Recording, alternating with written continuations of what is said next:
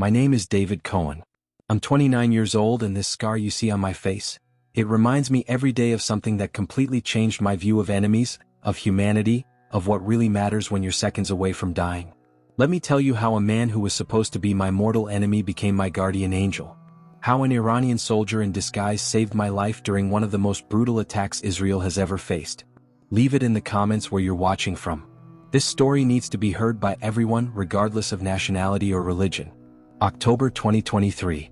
I was just another software engineer living in Tel Aviv, working for a cybersecurity startup. My life was simple: code, coffee, gym, meeting friends. I was single, living alone in a small apartment in the city center. I grew up in a middle-class family. My father, Moshe, is an accountant. My mother, Sarah, is a literature teacher. I have a younger sister, Rachel, who serves in the army. A typical Israeli family, you know? Nothing special. You need to understand something about us Israelis. We grew up knowing that conflict is part of our reality, but we also grew up believing that there is a clear line between us and them. Between Israelis and Arabs. Between Israelis and Iranians. That clear line that I thought existed. It completely collapsed in a matter of seconds on a Saturday morning. Tel Aviv is a city that never stops. Even with the constant tension in the region, life goes on. Startups springing up every day, crowded beaches, bustling nightlife. It's easy to forget that we're in the middle of one of the most conflictive regions in the world.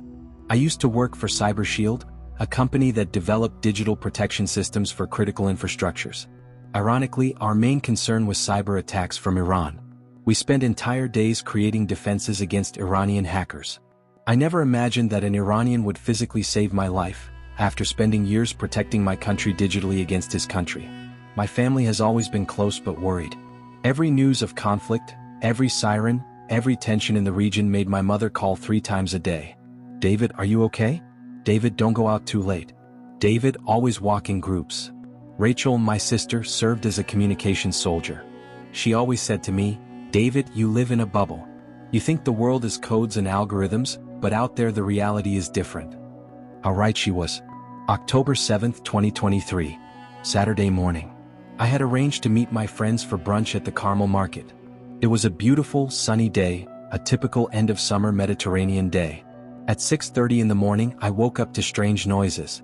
They weren't the normal noises of the city. They were different, more intense, more dangerous.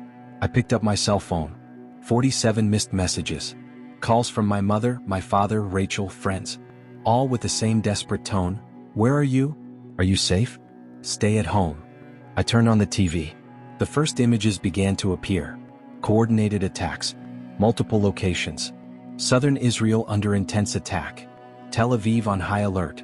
I should have stayed at home. I should have listened to my family. But I had promised to find my friends. And there was something in me, an almost irrational need to maintain normality, to not let fear win. It was the worst decision of my life. And it was also the decision that led me to the most extraordinary encounter I've ever had. I left the house at 9 in the morning. The streets were emptier than usual, but Tel Aviv is a resilient city. It always has been. I saw people walking, cafes open, life trying to carry on as normal. I lived on Dizengoff Street in the heart of the city. The Carmel Market was about a 15-minute walk away, a route I took dozens of times. I knew every corner, every store, every familiar face. But that day something was different. There were more soldiers on the streets, police cars passing by more often, and an eerie silence hanging over the city, as if everyone was holding their breath. I called Avi, my best friend since college. Dude, are you still going to brunch? David, my dad is begging me to stay home. He says the situation is very tense. Avi, you know how dramatic your father is. Let's get together. We need to stick to our routine. That was our last normal conversation. I was 3 blocks from the market when I heard the first bang. It wasn't like the noises we hear in movies. It was visceral. As if the air around me had exploded. The ground shook beneath my feet. Windows and buildings began to vibrate. And then, the most terrible sound anyone can hear. Screams.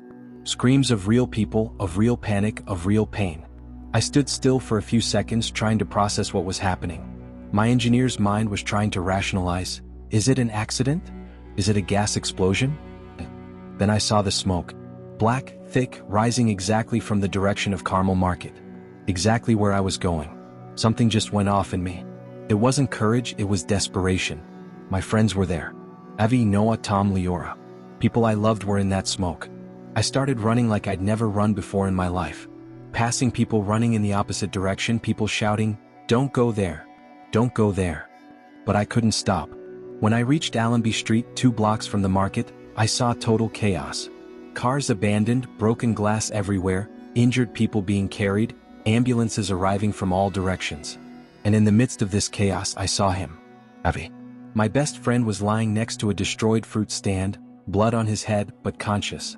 I didn't think twice. I ran towards him, shouting his name. Avi. Avi. Hang on, man. That's when the second attack happened. I was about 5 meters away from Avi when I heard a hiss in the air. A sound I had never heard before, but which my body instinctively recognized as mortal danger. The explosion threw me to the ground with a force I didn't know existed. It felt as if a giant had picked me up and thrown me against a wall. But there was no wall. There was just the hard, hot asphalt. First came the silence. Total silence, as if someone had turned off the volume of the world. Then came the pain.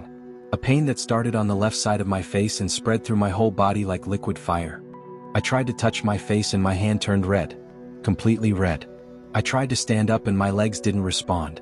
I tried to scream and no sound came out. That's when the real panic hit. Not the panic of the attack, but the panic of the realization that I might die. That I might never see my family again. That I might never hug my mother or fight with my sister again. I was lying on the floor losing blood when I heard footsteps approaching. Heavy, determined, but careful. Through my blurred vision, I saw a figure approaching. A tall man in a military uniform that I didn't immediately recognize. He wasn't from the Israel Defense Forces, that much I knew for sure. He knelt down next to me and said something that completely shocked me. "Easy, brother. I'm going to help you." English. He was speaking English to me. With an accent I couldn't identify, but it definitely wasn't Israeli. And he had called me brother. I was able to focus my vision better. He was about 35 with dark hair, piercing eyes and a small scar on his chin. He was wearing a military uniform that looked different. He wasn't from the Israeli forces, but he didn't look like he belonged to any hostile group I knew. Without saying another word, he began to examine my wound. His hands were firm, precise, like those of someone with advanced military medical training. "You have shrapnel in your face," he said, still in English, "but it missed the major arteries. You're lucky." He opened a backpack he was carrying and took out medical supplies that looked like high-quality military supplies. It wasn't the basic first aid that soldiers normally carry. It was advanced equipment. "This will hurt," he said and began to clean my wound. The pain was intense, but there was something in his voice, in the way he moved, that gave me total confidence. "What's your name?" he asked as he worked. "David," I managed to reply with difficulty. "David. A good name. A strong name." He paused. "My name is, you can call me Darius." Darius. It was definitely not an Israeli name. In fact, it sounded Persian? Iranian? After stabilizing my wound, he helped me to my feet. My left leg was bruised, but I could walk with support. "There's a field hospital 2 blocks from here," he said. "I'll take you there." During the 15 minutes it took us to get to the field hospital, we talked. Or rather, he talked and I listened, still in shock. "You were trying to help your friend," he observed. "That takes courage. How do you know about my friend?" "I saw you running towards him when the second explosion happened. Most people run away from danger. You ran towards him." At the field hospital, while the doctors tended to me, Darius stayed close by. That was strange. Israeli soldiers would normally leave an injured civilian with the paramedics and return to their missions. When I was finally able to speak more clearly, I asked the question that had been plaguing me. "Darius, you're not Israeli, are you?" He looked at me for a long moment. There was something in his eyes, an internal battle, as if he was deciding whether he could trust me. "No, David. I'm not Israeli." "So you're?" "I'm Iranian." I felt as if the world had stopped again. An Iranian soldier had saved my life. A man from a country that was technically at war with my country had risked his own life to save mine. But how? Why? "What are you doing here?" He sat down next to me on the hospital gurney. "David, what I'm about to tell you is complicated and dangerous for both of us. I'm part of a special intelligence unit. We monitor extremist groups that threaten our 2 countries. Today's attack wasn't just against Israel, it was against peace itself. There are people in my country who want peace with Israel, and there are people in your country who want peace with Iran. But there are also people on both sides who profit from this conflict, who need this hatred to continue. My unit works to identify and stop the most extreme elements that make peace impossible. Today, I was here tracking down a cell that was planning something much worse than what has already happened. Darius told me something that completely changed my understanding of the conflicts in the Middle East. David, the group responsible for today's attacks, they're not just anti-Israel. They are against peace. They also have cells in Iran, targeting Iranian moderates who want to talk to Israel. My younger brother was killed by these same people 3 years ago in Tehran. He was a university student who publicly supported cultural exchange between Iran and Israel. At that moment, I saw something in Darius' face that I recognized immediately. The same pain I felt when I thought about losing my loved ones. The same anger at people who destroy innocent lives. This isn't just my job, David. This is personal. These extremists, they don't represent Iran any more than they represent Palestine or any of the other causes they claim to fight for. They only represent hatred. Then Darius said something that shocked me even more. David, I need your help. Your company, CyberShield, develops security systems, right? I've been watching your work. You're good. Very good. How did he know about my work? How did he know about CyberShield? We've been monitoring cyber attacks by extremist groups. Some of the defensive systems your company has created, they have protected not only Israeli infrastructure, but also moderate Iranian institutions with which we have secretly shared intelligence. There is a network, David. Israelis, Iranians, Palestinians, Americans, Europeans, people who work in secret for peace. People who believe that our peoples have more in common than the politicians want us to believe. The extremist cell I'm tracking is planning a major cyber attack. They want to destroy communication systems to prevent coordination between the emergency services. More people will die if they succeed. You have access to systems that can help us stop them. But I need to trust you completely. And you need to trust me completely. You can imagine what was going through my head. An Iranian, technically my enemy, had saved my life.